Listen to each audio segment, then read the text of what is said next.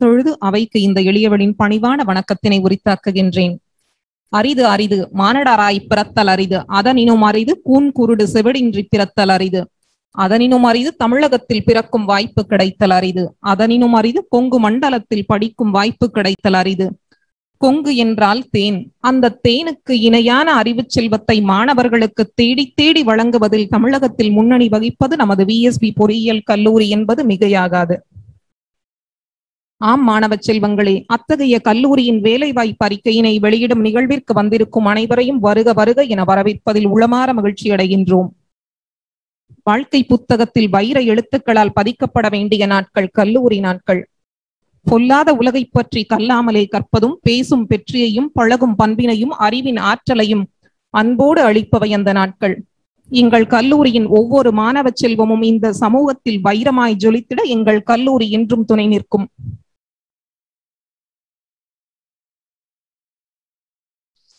முதல்வர் அவர்களே, பேராசிரியர் பெருமக்களே, அன்பிற்குரிய மாணவர்களே, அனைவருக்கும் என்னுடைய முதற்கண் வணக்கம். இந்த மீட்டிங் நம்ம எதுக்கு ஏற்பாடு பண்ணியிருக்கிறோம்னா, யார் யாரு உங்கள இந்த கூட்டத்துல வந்திருக்கிற யார் யாரு எந்த கம்பெனியில பிளேஸ் ஆயிருக்கிறீங்கன்னு சொல்றதுக்காக இந்த மீட்டிங் ஏற்பாடு பண்ணியிருக்கிறோம்னு உங்களுக்கு எல்லாம் நல்லா தெரியும். அப்புறம் இந்த மீட்டிங் இப்ப நீங்க நேரடியா அந்த ஸ்கிரீன்ல ஆன்லைன்ல என்ன பார்த்துக்கிட்டு இருக்கிறீங்க. எல்லா ஸ்டூடெண்ட்டுக்கும் நம்ம காலேஜில் படிக்கிற எல்லா ஸ்டூடெண்ட்டுமே இதை பாக்குற மாதிரி ஏற்பாடு பண்ணி இருக்கிறாங்க. எல்லாருக்கும் தெரியுதுன்னு நம்பலாம். இது வரைக்கும் நம்ம காலேஜுக்கு ட்ரீம் ஆஃபர் கம்பெனி உட்பட சுமார் 30 கம்பெனிகள் வந்திருக்கிறாங்க. 30 companies already visited, conducted interview and selected the candidates.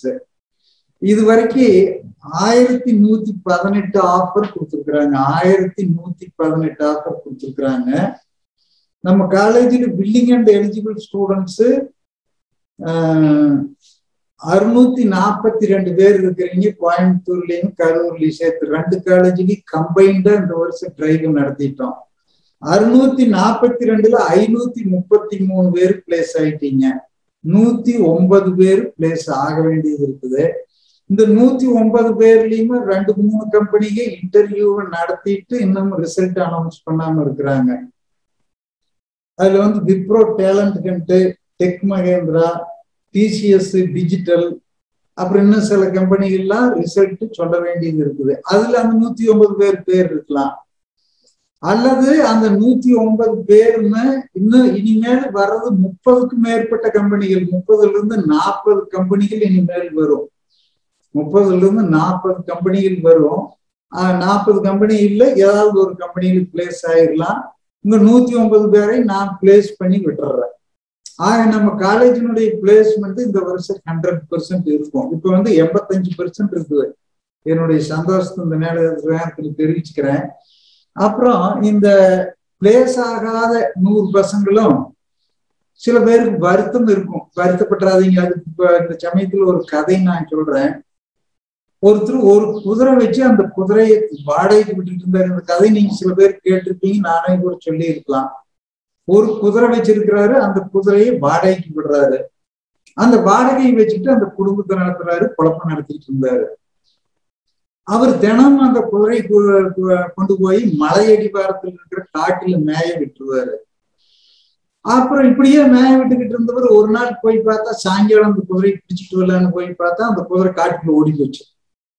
அப்புறம் இவர் தேடி தேடி பார்த்தாரு, காணாம வீட்டுக்கு வந்துட்டாரு.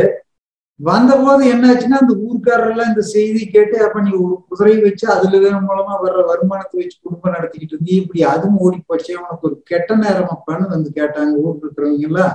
வழக்கமாவே ஒரு கெட்ட நிகழ்ச்சியோ நல்ல நிகழ்ச்சியோ நடந்ததுன்னா அந்த ஊர்க்காரெல்லாம் விசாரிக்கிறது வழக்கம். அப்படி கேட்கும்போது அவர் சொன்னார், ஒரு ஊர் இருந்து அதுவும் ஓடி போச்சு, நீ என்ன பண்ணுங்க சாப்பாட்டுக்குன்னு கேட்கும்போது சொன்னாரு, அதை பத்தி எல்லாம் எனக்கு ஒண்ணும் கவலை இல்லை, இது எனக்கு வருத்தம் இல்லை அப்படின்னாரு. அந்த ஊர்க்காரர்கள் என்னப்பா இவன் இப்படி சொல்றானே, நமக்கு தொக்கம் விசாரிக்க நம்ம கிட்ட கொஞ்சம் கூட வருத்தமே இல்லைங்கிறானு திரும்பி போயிட்டாங்க. அடுத்து 10 நாள் ஆச்சு, 15 நாள் ஆச்சு, குதிரை காணாமன்னு கவலையில் இருந்த நேரத்துல அந்த ஒரு குதிரை காட்டுக்குள்ள இருந்து இன்னொரு 10 குதிரை கூட்டிகிட்டு வந்துடுச்சு. இப்ப இவர் எதுனாரு, 11 குதிரைக்கு ஓனர் ஆயிட்டாரு. ஊர்க்காரெல்லாம் வந்தாங்க, அந்த சந்தோஷத்தை கேட்டு போலான்னு வந்து, உனக்கு நல்ல லக்கப்பா, பார்த்து ஒரு குதிரைக்கு இருந்து 11 குதிரை ஓனர் ஆயிட்டேன்னாங்க. அது எப்படி லக்குன்னு சொல்றீங்க? அதுல ஒண்ணும் கிடையாது.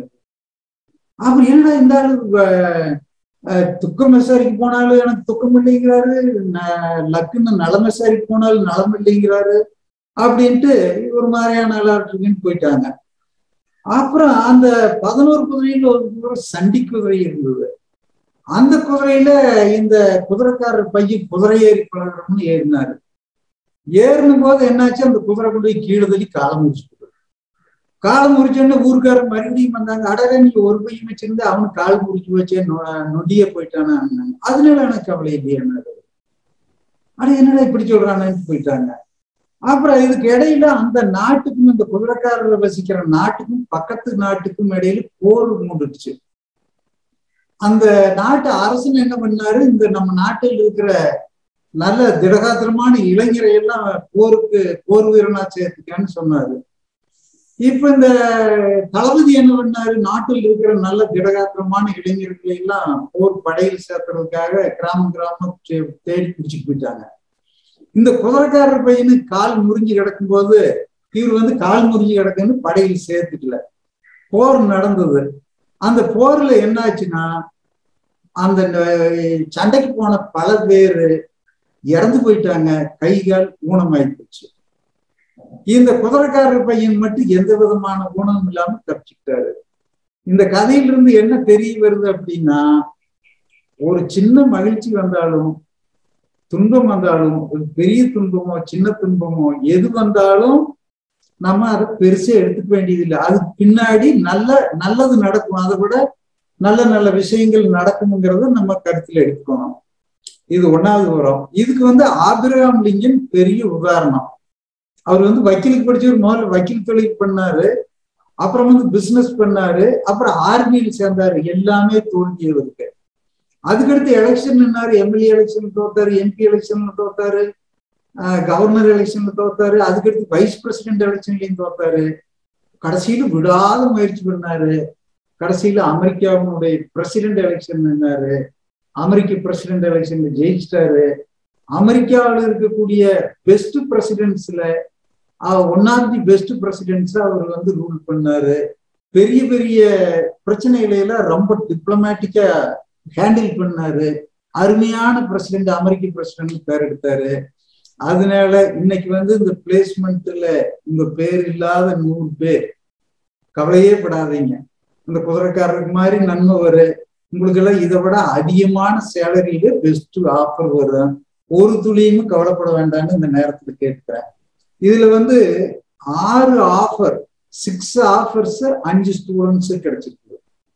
5 ஆஃபர்ஸ் 16 ஸ்டூடெண்ட்ஸ் கிடைச்சிருக்குது. 4 ஆஃபர்ஸ் 57 ஸ்டூடெண்ட்ஸ் கிடைச்சிருக்குது. 3 ஆஃபர்ஸ் 93 ஸ்டூடெண்ட்ஸ் கிடைச்சிருக்குது.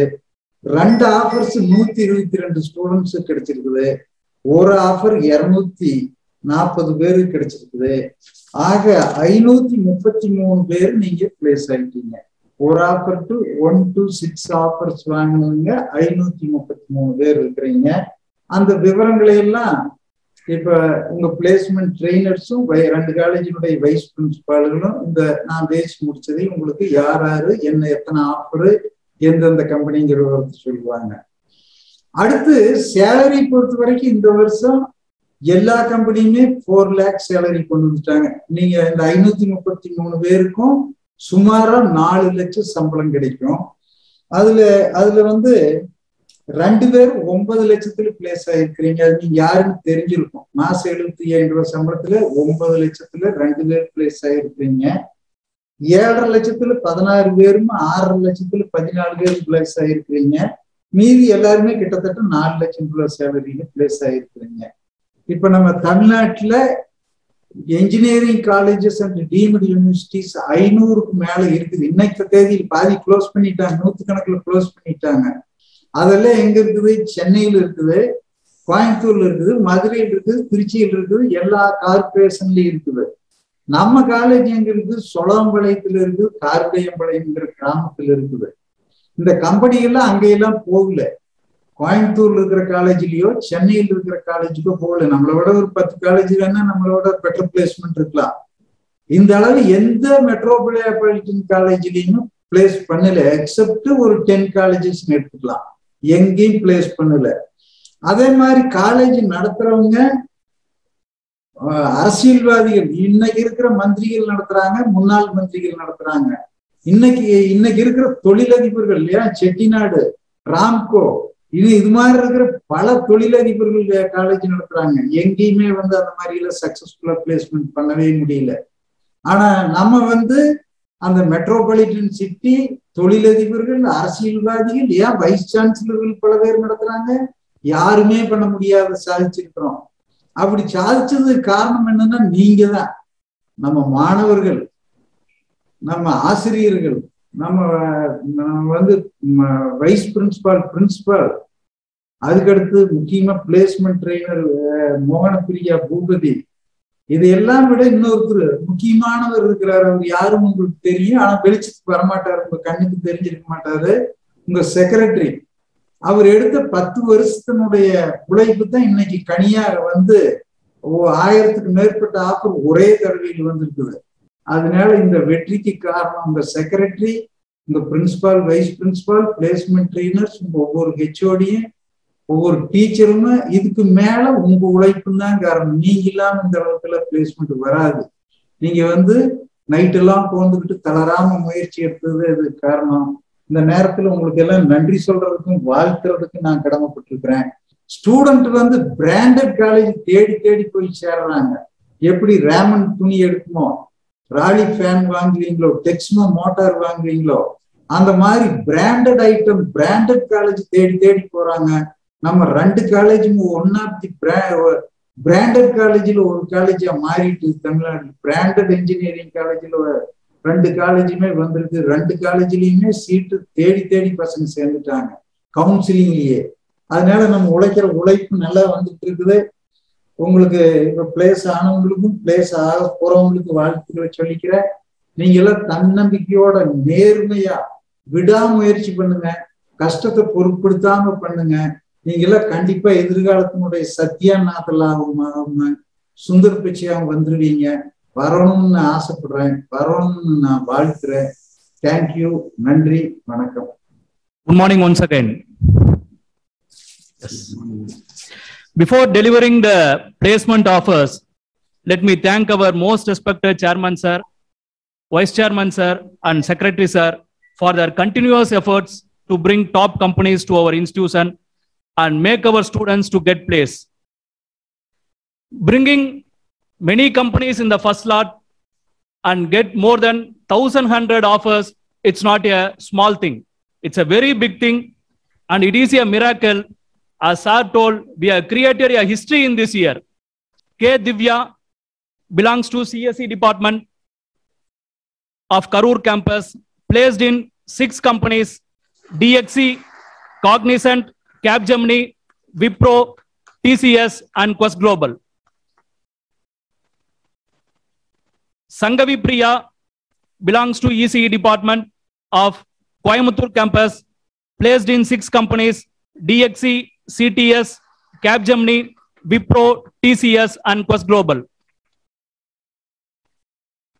Subhadra belongs to ECE department of Karur campus, got placed in 6 companies: DXC, Cognizant, Capgemini, Wipro, TCS, and Emphasis. Anita belongs to ECE department of Karur campus, got placed in 6 companies: DXC, Cognizant, Capgemini, Wipro, TCS, and Quest Global. Dharani S of CSE department belongs to Karur campus, got placed in 6 companies: DXC, Cognizant, Infosys, Capgemini, Wipro, and TCS. Daniel Abraham belongs to the CSE department from Karur campus, got placed in 5 companies: Cognizant, Gen-C Elevate, Car Technologies, Capgemini, Wipro, and Quest Global. Dharmaraj R of ECE department belongs to Karur campus, got placed in 5 companies: Infosys, Cognizant, DXC, Capgemini, and TCS. Harihara Sudan from ECE department belongs to Karur campus, got placed in 5 companies: Cognizant, Capgemini, Wipro, TCS, and Quest Global. Next, Nityashree, ECE department from Karur campus, got 4 offers in DXC, Cognizant, Capgemini, and Wipro. Pungodi from CSE department from Coimbatore campus, got offer in 4 companies: DXC, Cognizant, Capgemini, and Quest Global. Praveen AP, EEE department from Karur campus, got 4 offers: Cognizant, Capgemini, Wipro, and TCS. K. Radhika from ECE department, Karur campus, got 4 offers in DXC, Capgemini, Wipro, and TCS. Russell Prasad from CSE department, Coimbatore campus, got placed in Cognizant, Capgemini, Wipro, and TCS. S. Satish, EEE department from Karur campus, got placed in DXC, Cognizant, Capgemini, and Wipro. S. Subhasree, ECE department from Karur campus, got offer in 4 companies: DXC, Cognizant, Capgemini, and TCS.